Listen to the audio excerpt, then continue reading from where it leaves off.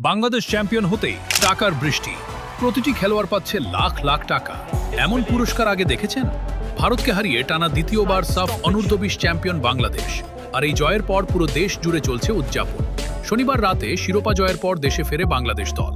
বিমানবন্দর থেকে ছাদখোলা বাসে করে তাদের নিয়ে যাওয়া হয় হাতিরঝিলে, যেখানে তৈরি হয় এক উৎসব মুখর পরিবেশ।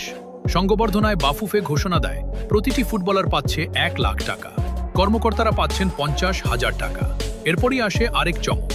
ঢাকা উত্তর সিটি কর্পোরেশন জানায় খেলোয়াড়দের দেওয়া হবে আরও 50,000 টাকা। কিন্তু এখানেই শেষ না।